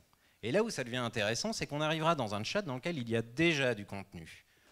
On aura déjà des informations sur l'un et sur l'autre, et on pourra par conséquent discuter plus naturellement. Autre chose, si à un moment la conversation s'assèche, on pourra toujours faire appel à Nono, qui est notre agent conversationnel, et qui va nous proposer à tous les 2 un sujet. Nono, c'est aussi la meilleure... Ouais, rigolez pas, mais c'est aussi un truc super pour aborder des sujets coquins. Parce que, fatalement, c'est pas moi, c'est Nono, je ne prends pas la responsabilité. Les gens adorent. Si je veux résumer, on a une mécanique qui est ludique et simplissime. Je réponds à ton quiz, tu réponds à mon quiz, on chatte. On a de nombreuses innovations. On a un système de filtrage affinitaire et de discussion beaucoup plus naturel. Et enfin, on a la plus belle icône des applications de dating. Accessoirement, et c'est loin d'être accessoire, on a un modèle économique innovant, complet, qui est déjà en place. Enfin, aujourd'hui, on a plus de 22 000 utilisateurs et ils vous attendent. Le marché. Le marché de la rencontre, c'est un marché qui est ouvert, sur lequel on n'a plus besoin de prouver que les gens sont prêts à payer. Je vais m'intéresser à 3 moments phares. 2001, l'arrivée de Mythique, pionnier en France de la rencontre. Mythique, c'est des profils complets et un système de sélection par filtre. Deuxième temps fort, l'arrivée de Tinder en 2012. Le mobile est là. Premier acteur mobile mainstream. Ça nous a appris 2 choses. L'importance de la géolocalisation et la nécessité sur mobile d'avoir une expérience simple et ludique. Et donc en 2015 arrive Icebreaker, c'est le meilleur des 2 mondes. C'est la simplicité d'un Tinder, le côté ludique, fun et addictif, combiné à l'efficacité de l'affinitaire. C'est ce qui explique que pour nous, Icebreaker est le futur de la rencontre mobile. L'équipe, 3 associés fondateurs au profil complémentaire. Patrick, c'est notre CTO, c'est l'homme qui discute à l'oreille des serveurs. Sébastien, CMO, responsable du produit, du concept et de ses évolutions. Et moi, je suis le chef d'orchestre et accessoirement l'homme qui a codé tout ça.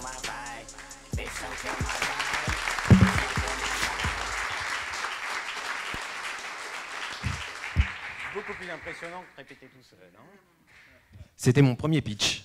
Merci.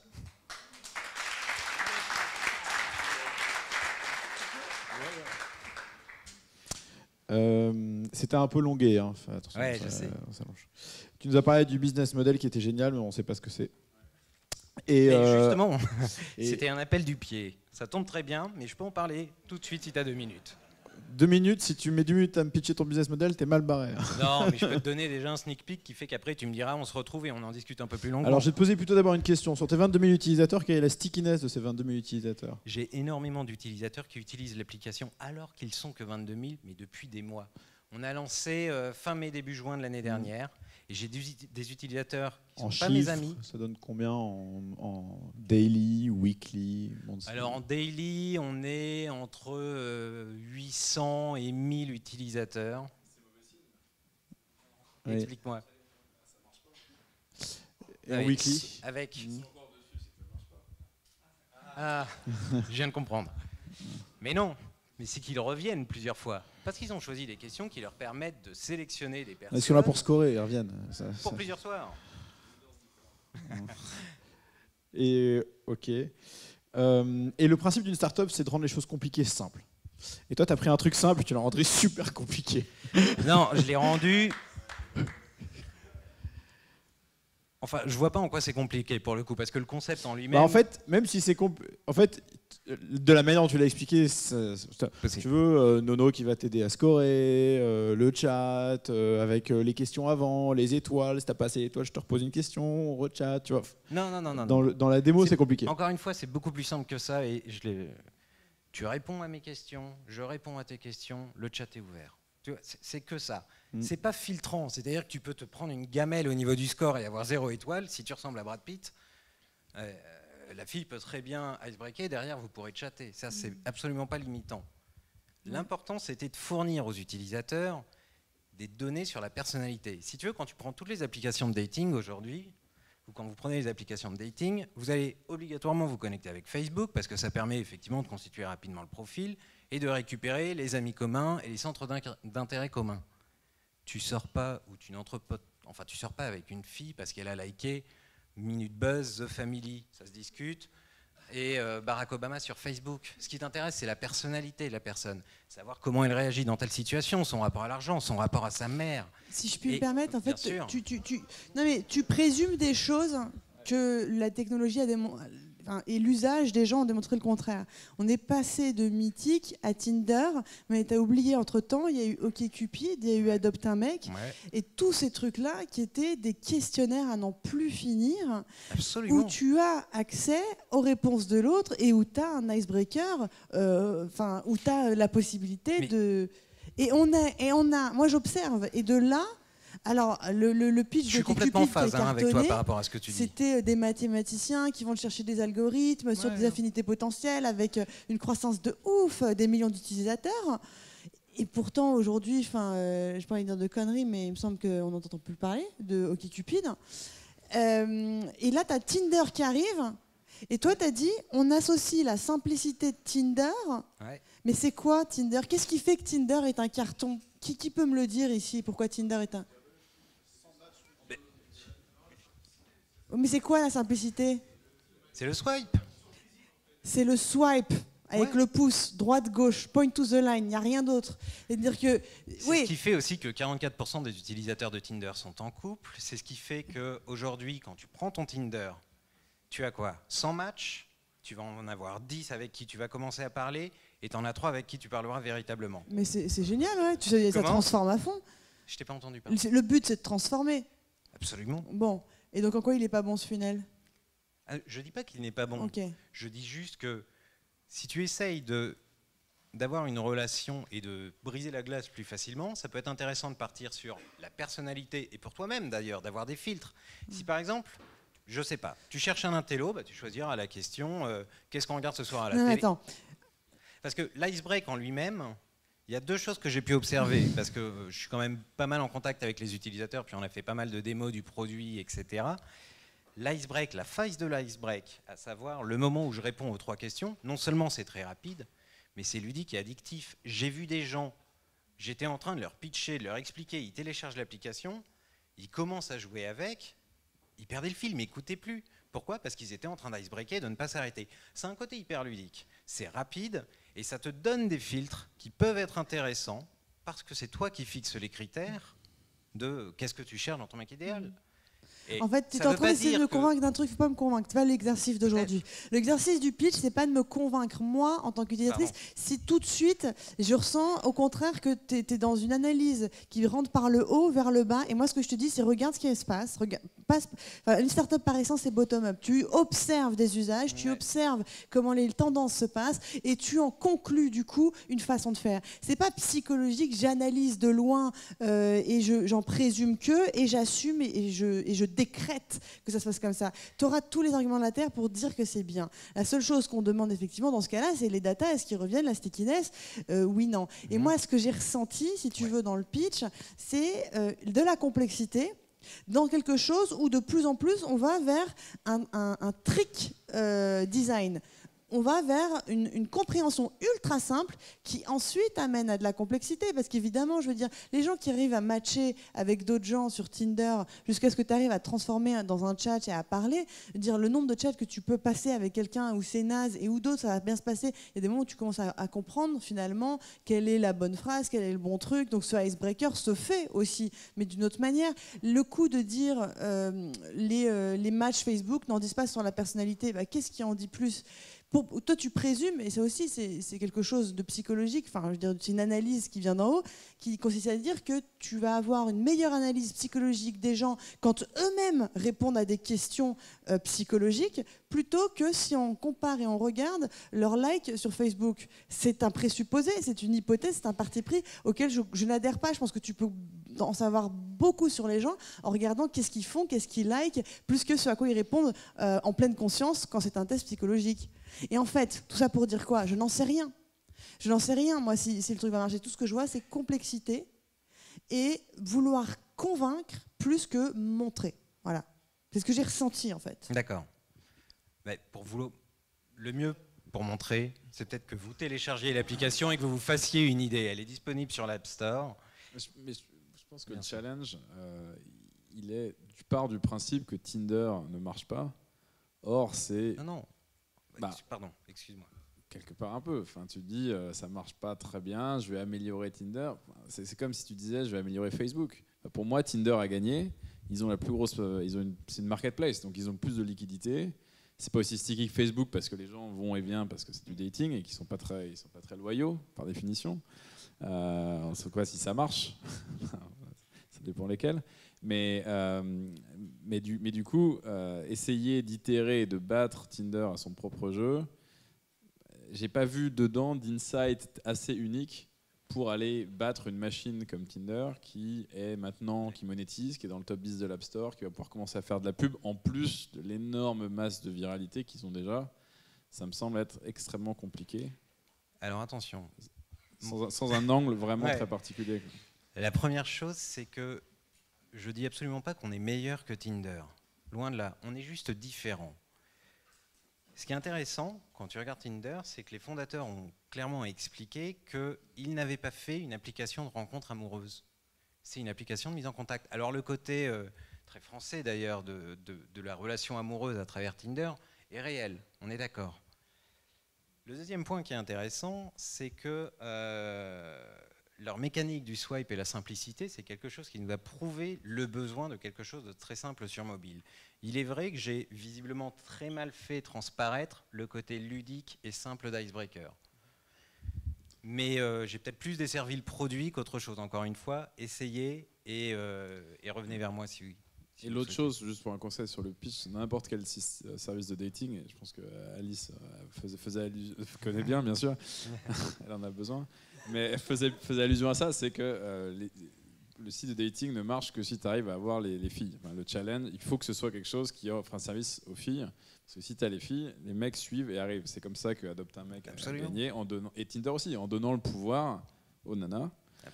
Et là, c'est pas très clair quel est le super pouvoir que tu vas offrir aux nanas par rapport à un Tinder ou un Adopte un mec où la fille a déjà le pouvoir de choisir avec quel mec elle veut parler basé sur son physique, c'est les réponses qu'il a données, etc. Pour le coup, elle a le même pouvoir dans le sens où elle peut effectivement dire non si ça ne l'intéresse pas. Au même titre que Tinder où tu vas mettre à gauche, là tu appuies sur une croix et la personne...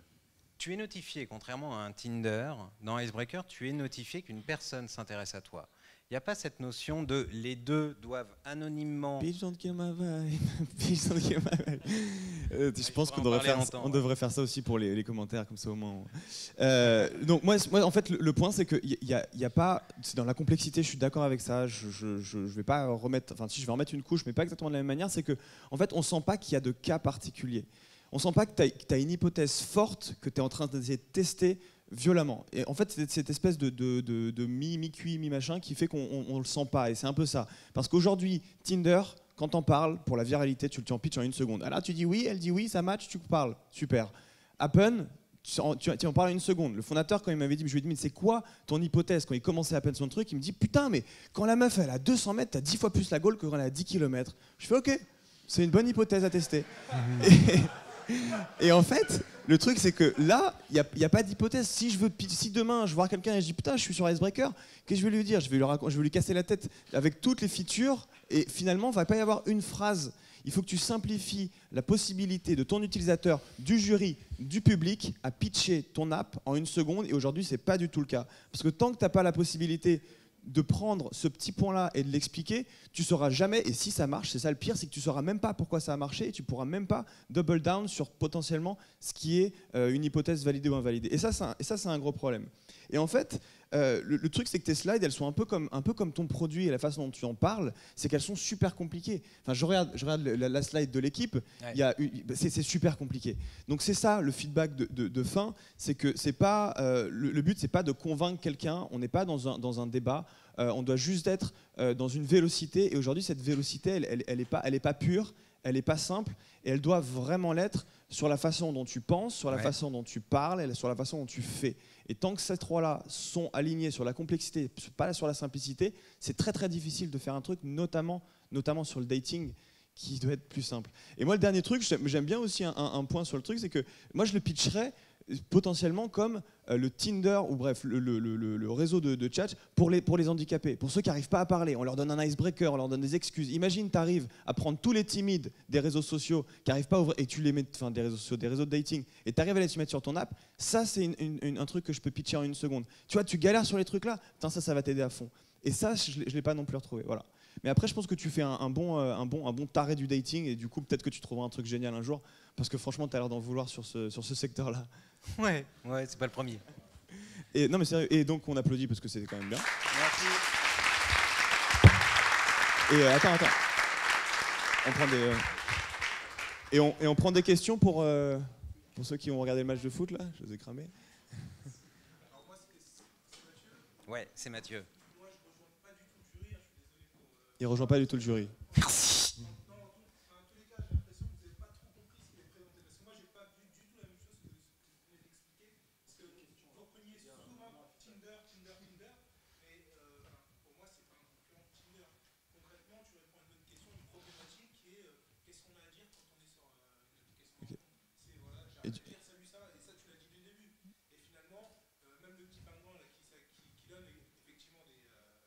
Des sujets de conversation. D'accord, il y a une question. Ouais, d'accord. Et quelqu'un a une question? Qui est d'accord avec lui? Cool. Merci. Qui a une question? T'as une question? Monétisation. Merde. Il y a aujourd'hui 3 éléments qui sont en place dans le business model et qui sont déjà en place dans l'application. Il y en a 2 autres. Le premier, c'est l'in-app purchase, de manière assez classique. Contrairement aux autres, on ne fait pas du crédit, mais on vend effectivement des contenus. Je parle de contenu, c'est très intéressant parce qu'il y a un moment, il faut choisir les questions. Ça nous permet de rajouter une deuxième patte au business, qui est la partie partenariat. Aujourd'hui, on a déjà fait 2 partenariats, un avec le magazine Public et un avec Minute Buzz. Ces partenariats, c'est demander à des médias de venir proposer et d'exposer leur marque dans l'application, dans l'espace où on sélectionne les questions, organisé par thème. Le troisième élément, c'est peut-être plus en rapport avec mon passé. C'est-à-dire que quand j'étais au collège, je faisais des cassettes pour draguer les filles. Et comme c'est moi qui code l'application, j'ai voulu me faire plaisir peut-être, mais dans le chat, on a la possibilité d'envoyer de la musique parce que l'objet musique en lui-même, c'est un truc qui est fabuleux, je trouve, pour apprendre à se connaître et les humeurs, etc. Et donc, il y a l'affiliation avec iTunes Music Store, qui est le troisième truc. Il y en a 2 autres.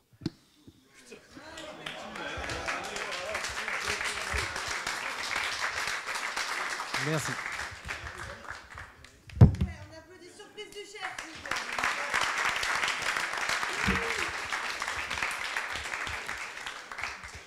Bonsoir à tous. Alors moi c'est Martin. Merci à The Family de nous accueillir, c'est très sympa. Je suis là pour présenter Surprise du chef. Et du coup j'ai 2 petites questions à vous poser dans un premier temps. C'est dans la salle, qui est gourmand et aime bien manger des bonnes choses? J'imagine qu'il y a Nestor, je ne sais pas où il est, mais il doit être gourmand. Donc c'est pas mal. Donc j'imagine, comme vous êtes gourmand, vous allez de temps en temps au restaurant. Du coup, ma deuxième question, c'est qui dans la salle est allé au restaurant le mois dernier? Au moins une fois. On va dire 80%, donc c'est pas mal. Aujourd'hui, comment on fait pour aller au restaurant? Pour trouver un restaurant? C'est on tape sur Google restaurant Paris, on tombe par exemple sur TripAdvisor, plus de 13 000 restaurants, plus de 600 000 avis, du coup on lit des dizaines d'avis sur des dizaines de restaurants sur plusieurs sites. C'est quand même très compliqué. En plus de ça, sur chaque restaurant, des fois, on a un avis qui est génial, c'est le meilleur restaurant du monde, et juste en dessous, c'est le pire restaurant du monde, faut pas y aller. Du coup, ça nous met le doute. C'est hyper compliqué. On peut aussi aller sur la fourchette pour mettre des filtres. Donc ça permet de filtrer un peu les demandes et d'avoir un peu moins de restaurants, mais ça reste hyper compliqué. Et en plus de ça, quand on est pressé, qu'est-ce qu'on fait? On finit souvent par aller au même restaurant de notre quartier, qui sont à Paris, j'imagine, de temps en temps des sushis à volonté. Donc c'est quand même un peu dommage. Donc moi, le problème que j'ai vu, c'est que c'est très difficile de trouver des nouveaux restaurants.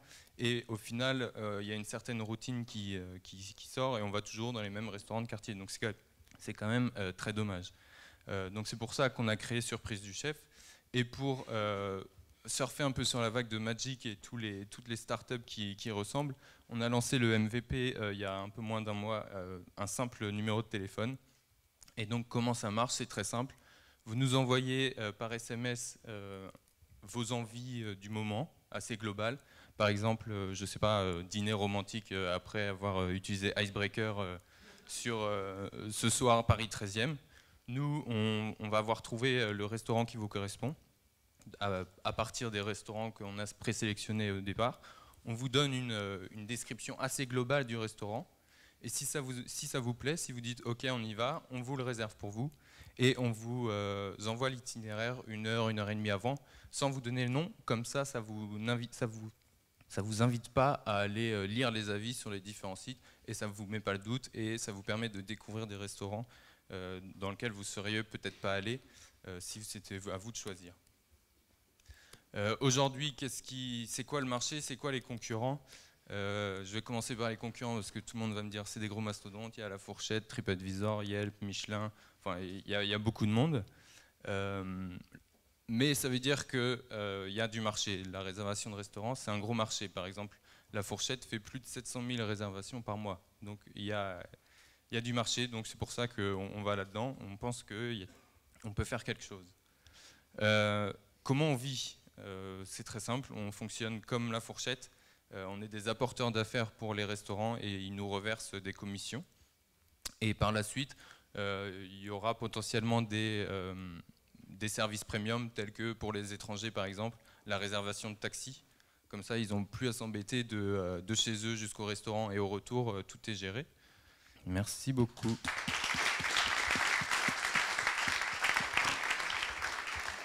Qui a déjà téléchargé Foursquare ici? Ok, parmi tous ceux qui téléchargent Foursquare, qui l'utilise pour faire de la reco?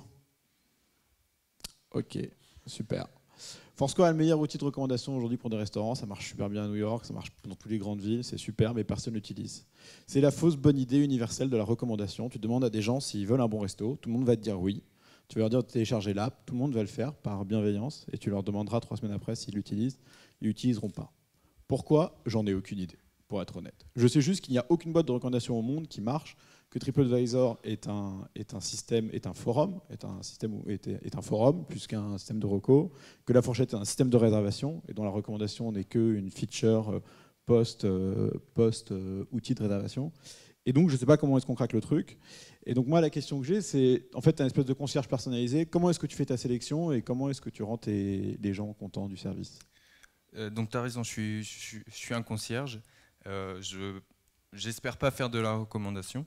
Moi, le principe, le concept de base, c'est vraiment la simplicité pour réserver un restaurant. Aujourd'hui, pour réserver un restaurant, tu lis énormément d'avis sur pas mal de sites, donc c'est compliqué. Sur TripAdvisor ou Yelp, tu arrives sur ton appli, tu as une dizaine de restaurants qui s'affichent sur ta carte, tu dois choisir, etc. C'est quand même compliqué. Avec Surprise du Chef, tu envoies juste un SMS et bon, c'est pas aussi automatique parce que derrière on les appelle, etc. encore, parce que c'est un MVP. Mais au moins, tu as juste à envoyer un SMS et ton restaurant il est réservé. Tu as eu combien de réservations depuis un mois? Pas beaucoup. Non, en gros, j'ai eu une dizaine de réservations effectives. Ouais. Parce que j'ai pas encore fait beaucoup de communication. J'ai reçu à peu près 200 emails et numéros de téléphone de gens qui sont intéressés par le projet. Okay. Je suis en train de voir si le marché apprécie et utilise le truc. C'est piège, c'est un marché à craquer la reco. C'est compliqué. Après, j'espère faire surtout de la simplicité et aussi essayer de faire découvrir des nouveaux restos. qui sont potentiellement chez TripAdvisor millième et du coup dans la 50e page et du coup tu le vois jamais en fait. Ok. Si on devait résumer la proposition de valeur, en gros, c'est d'avoir vraiment le concierge qui réserve pour toi le restaurant? C'est réserver un restaurant très simple, mais des restaurants qu'on a sélectionnés au départ. Du coup, pas le McDo du coin, quoi. Des restaurants qui ont une certaine qualité ou un concept ou un rapport qualité. Moi, je me base sur ces trois trucs-là.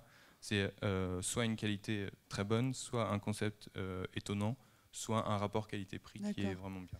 En fait, c'est ça qu'il faut qu'on ressente tout de suite, du coup, c'est le parti pris. Tu as un style, comme dans un magazine, il y a un style éditorial. C'est quoi la bouffe? C'est quoi ce que tu vas recommander? C'est difficile de rester abstrait. Il faut donner des exemples assez concrets. Et ce que je retiens surtout, en fait, c'est la possibilité d'un service par SMS. Et ça change tout, pour le coup. Je ne suis pas obligée d'aller sur une plateforme, je ne suis pas obligée même d'aller sur une application à télécharger. J'ai un SMS, un numéro, boum. Et rien que ça peut me donner envie. Ça c'est pour la sexiness, on va dire, du pitch en tant que tel. Qui a trouvé le pitch énergique? Donc j'ai fait exprès, je suis caricaturale. Ok, mais qui a aimé le pitch? Ouais, c'est quand même ça. Lève les mains, mais c'est plutôt oui. C'est plutôt oui, mais c'est un peu mou. C'est-à-dire que c'est dommage parce que si tu veux, c'est séduisant. C'est même si tu n'en es qu'au début, la façon dont tu vas step by step, etc. C'est assez clair.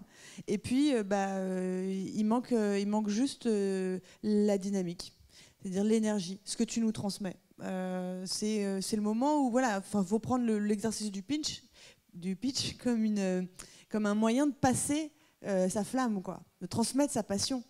Et c'est peut-être à force de répéter, de le faire et de le refaire que tu y arriveras. Et ça, à mon avis, c'est le premier truc que tu dois craquer. C'est réussir à transmettre ta passion, pourquoi tu fais ça. Voilà. Merci. Ouais, ça fait un peu entrepreneur du dimanche, quoi. C'est-à-dire que bon, t'arrives, ouais, c'est sympa, je vais faire ça, je vais voir si ça marche. Il y a un mec avec moi qui fait ça le week-end quand il a le temps. Bon, il est au lycée, bon, je sais pas si c'est ça que tu disais, mais bref, il a l'air occupé ailleurs. Tu te dis, bon, pourquoi on perd notre temps à écouter ça? Pourquoi on perdrait notre argent à investir dedans? J'ai pas vu en toi que tu avais même pas de flamme, mais un côté missionnaire de vouloir changer le monde. J'ai vu un side project, une feature on top of Yelp et TripAdvisor et La Fourchette, qui ouais, ça a l'air cool. Mais bon, pas tellement plus que ça aujourd'hui. Donc ça, c'est le premier truc. Donc il manque un côté messianique clairement dans ton message. On ne te sent pas habité par une volonté de révolutionner ce que tu es en train de faire. Deuxième chose, c'est j'ai l'impression, mais je me demande si c'est pas la faute de Family quelque part. Donc là, je vais quand même questionner votre enseignement. C'est que je me demande si les gens n'ont pas trop écouté ce que vous leur avez dit de start with things that don't scale. Et je me demande si, là, entre Nestor et ça, on revient à des trucs, ok, tu commences avec des trucs qui ne scalent pas, mais est-ce que ça peut vraiment scaler un jour? On est passé de plateformes tech extrêmement efficaces à la TripAdvisor, à la Just Eat, à l'Oresto, etc., à des trucs où on se retrouve avec des cuisiniers, avec des livreurs, avec des mecs et des concierges qui vont faire les trucs eux-mêmes. Et dans aucune de ces propositions, alors peut-être que c'est juste une manière de commencer, et ça, fine si c'est le cas, mais dans aucun de ces pitchs, on m'a expliqué comment la technologie, à un moment donné, allait pouvoir permettre de faire un truc qu'aujourd'hui, et toi tout seul qui appelle les restos et qui fait ton truc, bon, c'est chouette, c'est un service super, mais pourquoi ça n'existe pas aujourd'hui? C'est que ça coûte de l'argent, ça ne marche pas. Donc comment tu arrives à scaler ça de toi tout seul dans ton coin voilà, quels sont les algos dont tu vas avoir besoin pour le faire?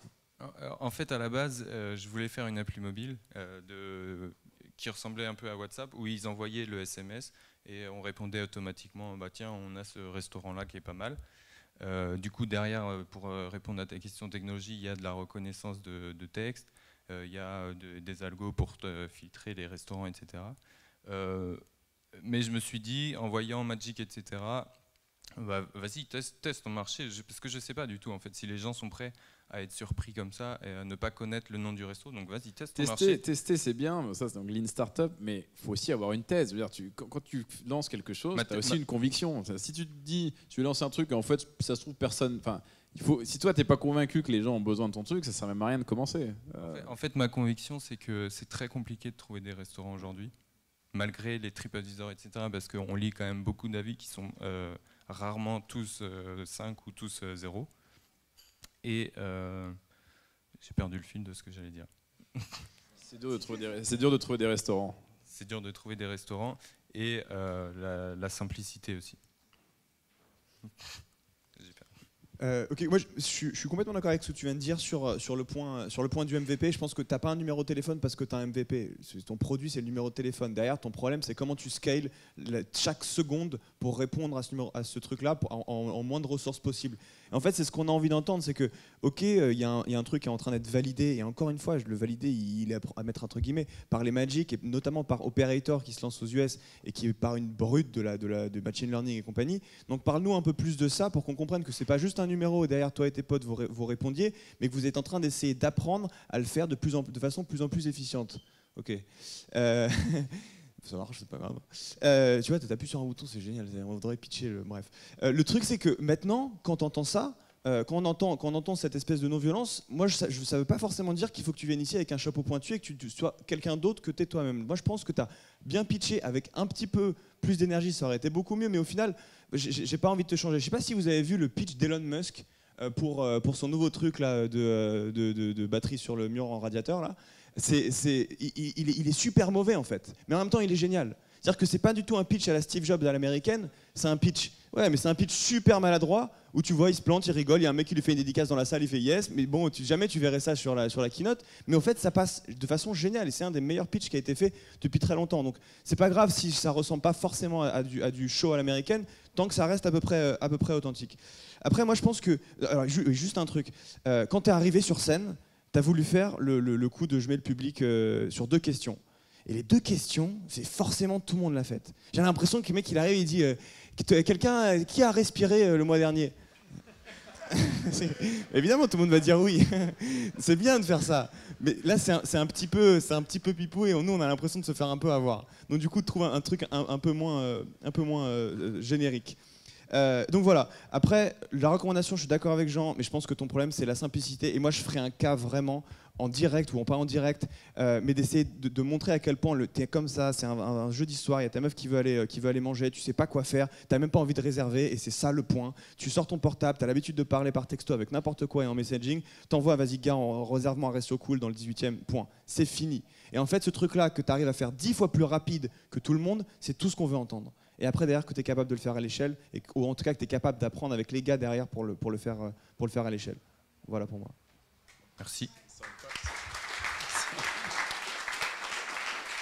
En plus, ça aurait pu faire une démo assez marrante parce qu'il aurait en même temps posé la question et répondu, quoi. Parce qu'il n'y a que lui qui répond aujourd'hui, quoi. Donc ça aurait pu être marrant. Bon allez, on prend 2 questions dans la salle. Qui a des questions?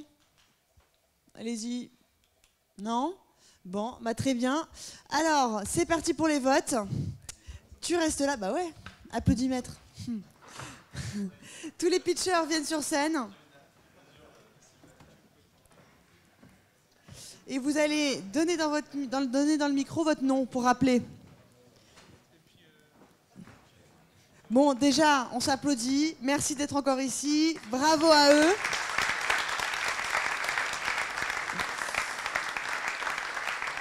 Alors, vous passez le micro et vous dites bien le nom de votre boîte. Nestor. Ouais. Nestor. Parisianiste. Parisianiste. Non, Icebreaker. Surprise du chef. Never Eat Alone.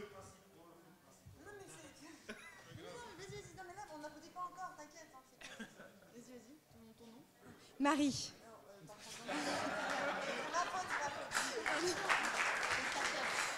Never Eat Alone. Ok, donc maintenant vous pensez parmi tous ces pitchers-là, d'accord, vous en choisissez un, vous allez lui donner toute votre énergie et vous ne serez pas radin non plus pour les autres, mais il y en a un à qui vous dédiez toute votre énergie, d'accord? Faites vos choix, c'est parti.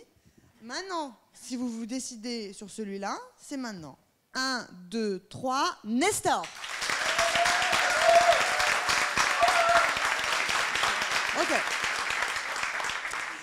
1, 2, 3, Parisianiste.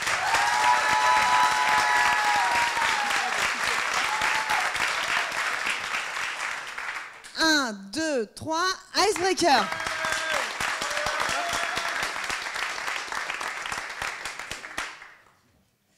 1, 2, 3, Surprise du chef. Et en finish, Never Eat Alone.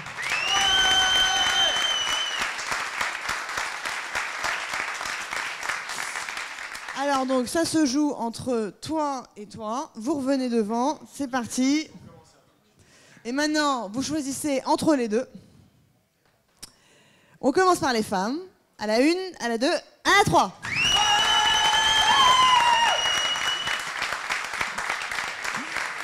Et on finit par les messieurs, le Parisianiste, à la 1, à la 2, à la 3.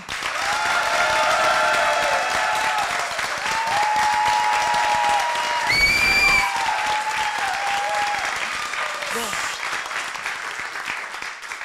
Il me semble que c'est le Parisianiste. Bon, bah, bravo à toi, bravo à vous. Vous avez des pêches, vous avez des bonbons, parlez-vous les uns les autres, échangez vos impressions, trouvez des cofondateurs, etc., etc. Et à la prochaine, merci à tous.